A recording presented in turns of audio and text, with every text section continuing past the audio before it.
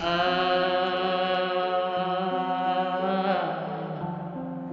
आ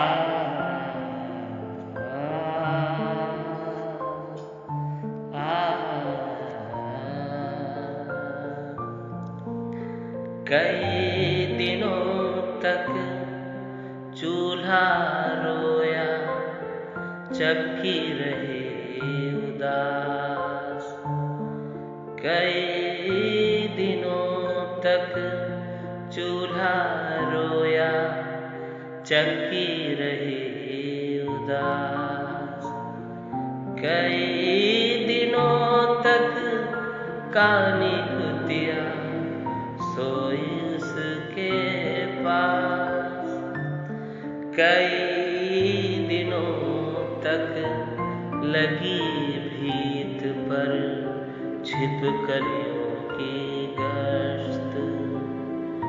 कई दिनों तक चूहों की भी हालत रही शिकस्त। दाने आए घर के अंदर कई दिनों के बाद।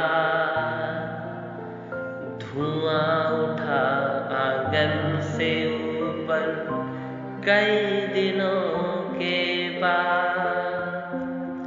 चमक उठी घर भर की आंखें कई दिनों के बाद। कौवे ने खुजलाई पांखें कई दिनों के बाद। अकाल और उसके बाद।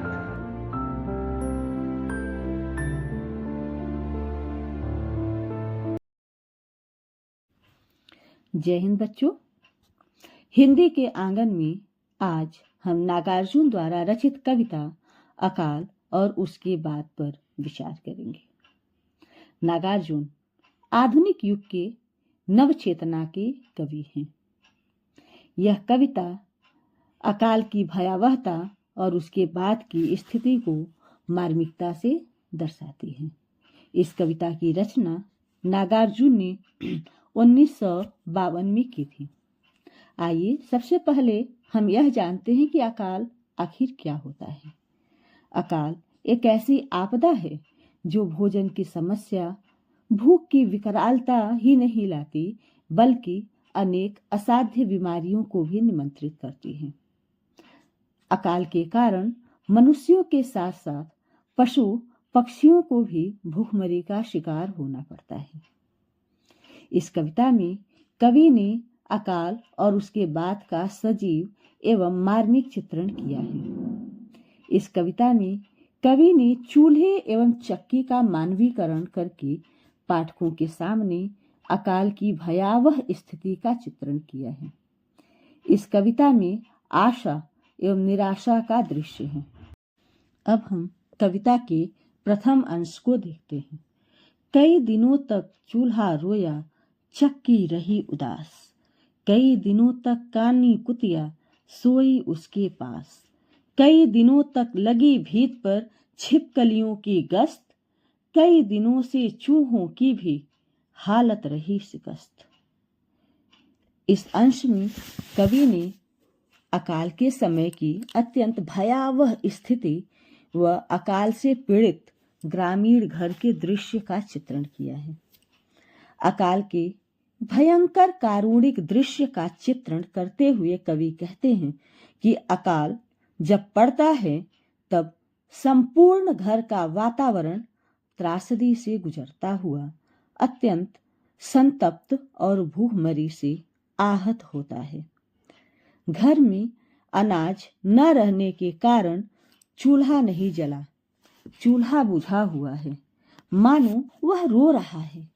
अनाज न रहने के कारण चक्की भी उदास है, क्योंकि उसमें कई दिनों से अनाज पीसा ही नहीं गया।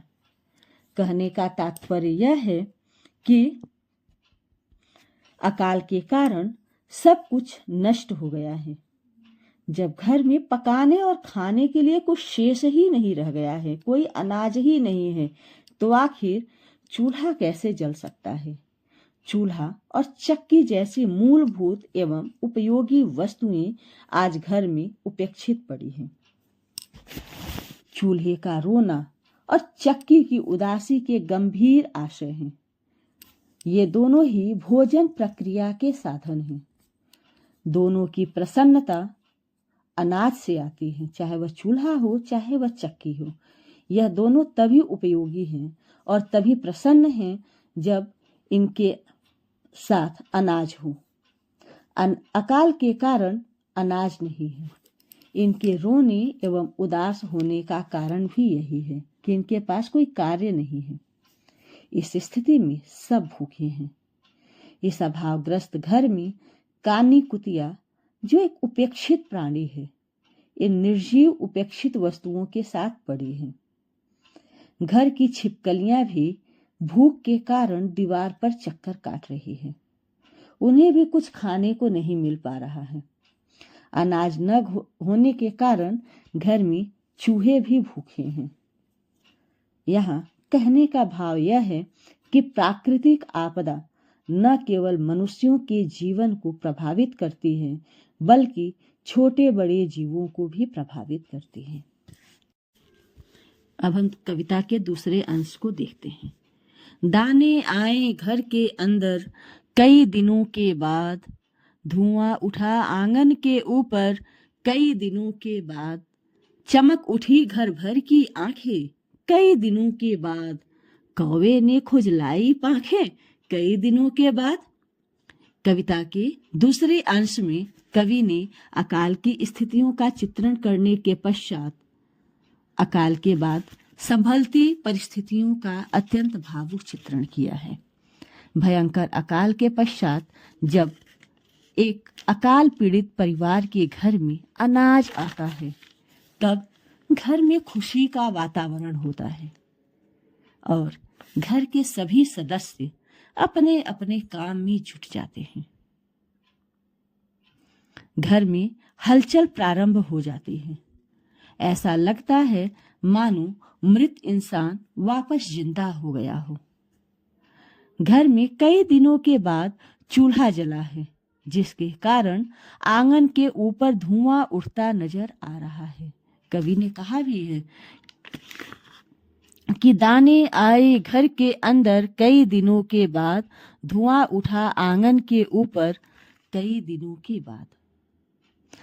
तो घर में चूल्हा जलने के कारण आंगन के ऊपर धुआं उठता हुआ नजर आ रहा है। अन्न मिलने के कारण परिवार के सदस्यों की आंखें खुशी से चमकने लगी हैं तथा सभी प्राणी खुश और प्रसन्न चित्त हो गए हैं।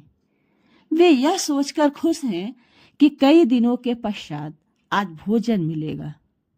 यह सोच सोचकर ही उन्हें आनंद की अनुभूति हो रही है।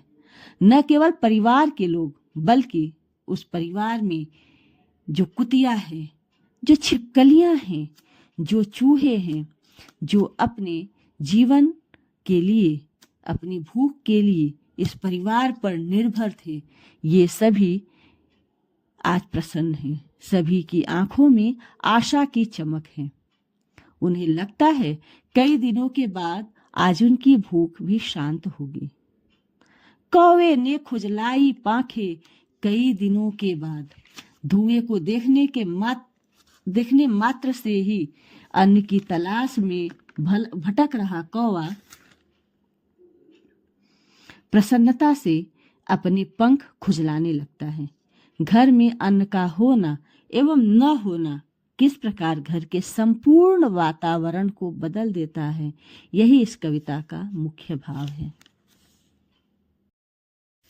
बच्चों, हम देखते हैं कि यह छोटी सी कविता, जिसकी रचना नागार्जुन ने की है, कितने ही बखूबी तरीके से जीवन की एक अहम अंग को प्रस्तुत करती है। मनुष्य के जीवन में भोजन के महत्व को किस प्रकार से उजागर करती है। कहा भी गया है, रोटी, कपड़ा और मकान। मनुष्य के जीवन की मूलभूत आवश्यकताओं में सबसे पहले रोटी का स्थान है और यह रोटी न केवल मनुष्य बल्कि सभी जीव जंतुओं के लिए आवश्यक है। यह कविता हमें आशा और निराशा दोनों के महत्व को समझाती है कि जीवन में जब एक बार निराशा आती है तो उसके बाद आशा का संचार होता है। इसलिए जीवन में निराशा आने पर हमें कभी भी हिम्मत नहीं हारनी चाहिए। धन्यवाद। जय हिंद।